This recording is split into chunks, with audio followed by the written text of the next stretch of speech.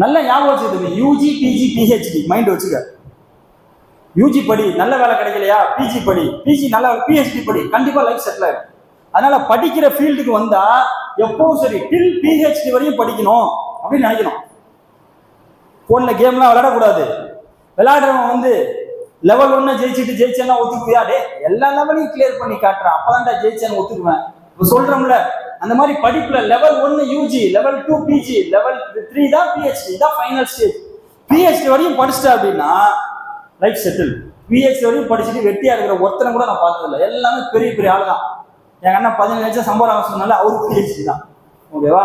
PhD படிச்சாலே லைஃப்ல settle. எங்க அண்ணன் எதுல பிஹெச்டி பண்ணிருப்பான்னு நீங்க நினைக்கிறேன்? சும்மா சொல்ல. Maths, BSc maths, MSc maths, PhD maths. நான் சொன்னா இல்லையா, எது கஷ்டமானதோ அதை சூஸ் பண்ணாரு எங்க அண்ணன். ஓகே, காம்படிஷனே கிடையாது, சோலோ, தனி ராஜா. இன்னைக்கு அமெரிக்காவோட பெரிய பல்கலைக்கழகத்துல டிபார்ட்மெண்ட் ஆஃப் மேத்தமேட்டிக்ஸ் டீன்னா தெரியுமா? அந்த டிபார்ட்மெண்ட்டுக்கு அவர் தான் பிரசிடென்ட். ஓகேவா? அந்த பொசிஷன்ல இருக்காரு.